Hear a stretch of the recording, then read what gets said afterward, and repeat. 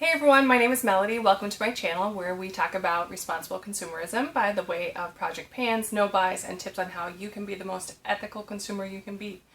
Today I want to talk about what is behind our shopping addiction. So I got this video idea from a couple different places that kind of built up to create this idea. First one being, in the fall, I kept buying clothes. And I was like, oh, I want this outfit to wear to work when I go back to the office. I want this outfit to wear on vacation next time I can go. Oh, this would make a great date night outfit.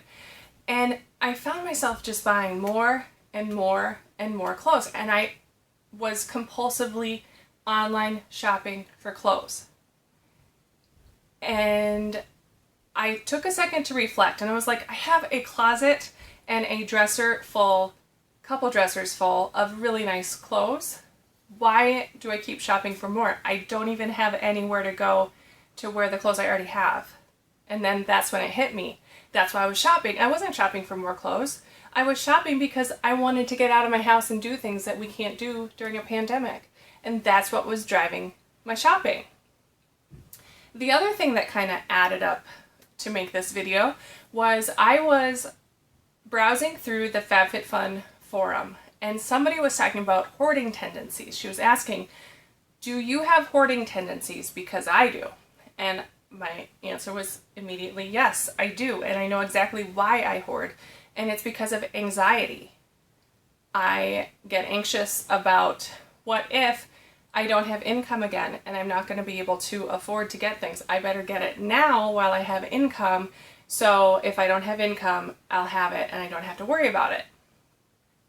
There's a few other things that go into that anxiety, but for the most part, that's where that anxiety comes from.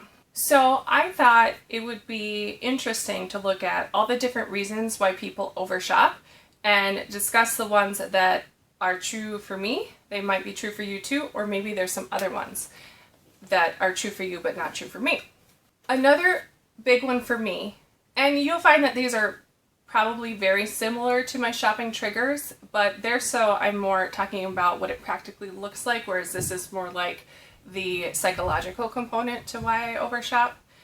And another big one for me is the avoidance. If I can fill my brain with all of the nice little neurotransmitters that give me the good feelings when I buy something, when I'm looking online and finding the pretty things that my eyes like to look at, I don't have to think about the things that I'm anxious about. So again, it goes back to anxiety. And it is also very closely related to my Enneagram number, which is 7. I'm also 3 and 7, but 7 is the one where you avoid your feelings. Any negative feelings, you're like, peace out, see you later, I'm gonna go have more fun. So that's me, and that is very, very much why I shop, because I really just would like to shop and receive the things that I shop for in the mail, and so on, okay? Another, I think, Enneagram number that would be very much in the shopping addiction camp would be number 1, the perfectionist. And although I am not a number 1, I definitely do have some perfectionist attributes, but it's overall not what I am.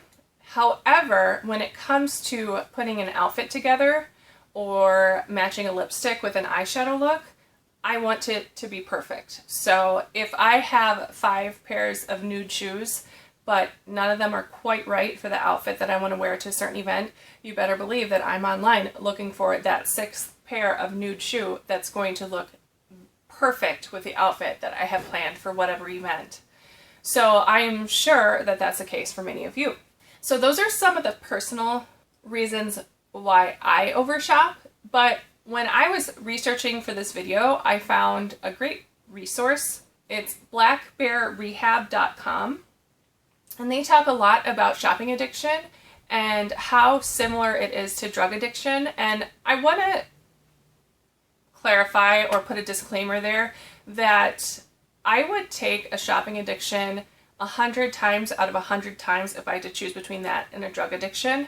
I don't want to minimize drug addiction, but I do also want to point out that the pathways in your brain are very much the same as in a drug addiction. There is a physical and a psychological occurrence in any addiction, whether it's gambling, shopping, drugs, alcohol, any addiction, okay? Both of those components are there. But I've never been addicted to drugs, so I can't say personally, but I've worked with people that are detoxing from drug addictions, alcoholism, and I have never experienced anything like I've seen those people go through. So I'm just want to be sensitive to that I'm not saying the shopping addiction is as bad as that, but it definitely can cause bad things in your life. So this Black Bear Rehab talks about the National Institute on Drug Abuse has regarded behavioral disorders like shopping addiction to be reasonable disorders because they have common conditions with other compulsive behaviors that do not feature a stimulus one puts into their body, i.e. drugs, alcohol, tobacco.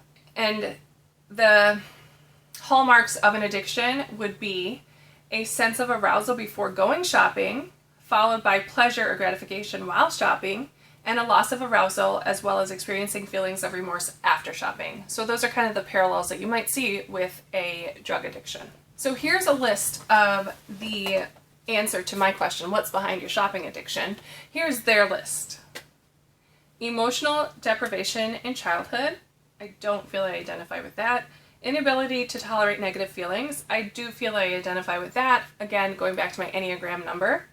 Need to fill an inner void, empty and longing inside. I don't know, maybe. Excitement seeking, yes, definitely. Approval seeking, no. I know that for some people it is like the keeping up with the Joneses mentality that makes them shop. Definitely not one for me. Perfectionism, I already talked about that. Genuinely impulsive and compulsive, yes, yes, yes, yes, yes. Need to gain control a little bit, and I think that stems back to that anxiety about what if I can't buy this in the future? While I have the means to do it, let me buy some and back it up.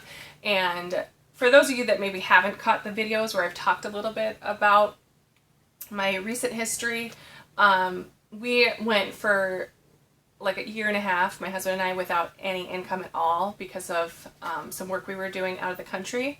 So that stemmed a huge anxiety in me regarding finances. And we also started out really young in life, so we didn't have money. Then we worked our way up. We both had good jobs and had decent money coming in, but gave that up and yada yada. So the income's been up and down, and my shopping's been up and down. And when my income goes up, my shopping goes up. And when my income goes down, my shopping has to go down. But then it goes back up when I get income again. So yeah, it goes back to that anxiety about will I have enough, which stems in hoarding. And something that I've learned about anxiety in recent years is how many people have anxiety but don't know it. So I've talked to some people that, to me, they seem like a very anxious person, and they'll say things like, oh, anxiety, like, I wonder if I have anxiety, or, things about people with anxiety and not grouping themselves with it. And I just think it's a lack of awareness of what A, anxiety is, and B, not knowing what not having anxiety looks like to know that they do have anxiety, which is difficult. I mean, you only know what's inside of you, right? You don't know what's inside of others. And sometimes you need a place of comparison to know that what you're feeling isn't, I'm not going to say normal, because there is no normal, and I think that's a wonderful thing that there is no normal, but there definitely is a level of awareness that needs to be there in order for people to see that they have anxiety. And that awareness can come from self-reflection, or it can come from a doctor diagnosing you. I know that when I figured out I had anxiety, I was on a little weekend away with my husband, and we left on a Friday. Friday night, I slept horribly. Saturday night, I slept great. And then Sunday night, I think we went back on Monday or whatever. The third night, I slept horribly again because I knew I was going back to things. So the first night I was reflecting on the week's work and how stressful it was, and then again when I was going back to reality, I couldn't sleep again because my mind was just racing with all these thoughts. And so I had anxious insomnia. So it was at that moment that I realized, oh my goodness, I have anxiety. And then another time later, a couple years after that, my siblings, well, I'll say my sisters and a cousin of mine were together with my grandma in the hospital, and we were just talking about all these scenarios that we think about. What if, like the worst case scenario. I always say if I were a superhero, I'd be worst case scenario woman, because I am the best at coming up with worst case scenarios for any given situation that I am in.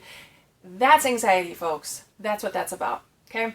So anyway, we're talking about how we get ourselves into these spots where we're just thinking about, for no good reason at all, the worst case scenario that could possibly come out of any given situation. And so we were just sitting around talking about this anxiety that we all had, and our grandma had that anxiety too, but we never really put it together. She always talked about her nerves. Well, it was a different generation, so they probably didn't have the same language that we use around this, and it all just kind of came together, and it was so enlightening. It was very validating to know how genetic it is, but also I'm sure that there's some nurture in there as well. But it was definitely a meaningful time for us. I really did not intend for this video to be an anxiety video. I really intended it for it to be a shopping addiction video, and for me, those two things go hand in hand. I think for most people, especially hoarders like myself, those things are very intertwined. I feel like my potential to ramble on and on and on at this point is really, really high. So I think I'm going to wrap it up. And if I have things that I want to add to this, I'll just make a part 2, because otherwise we're going to go in circles. Why?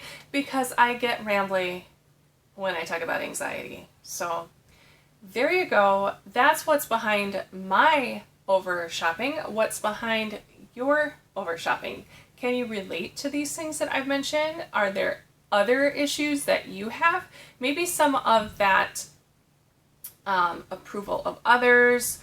Anyway, again, I thank you for watching. I thank you for spending this time with me.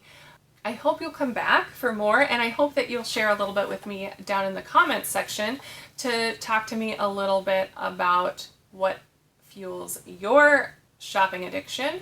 And I never ask people to give a thumbs up to my video, but if you would do that, that'd be great. If you would share me with other people who also have shopping addictions, I would so much appreciate that.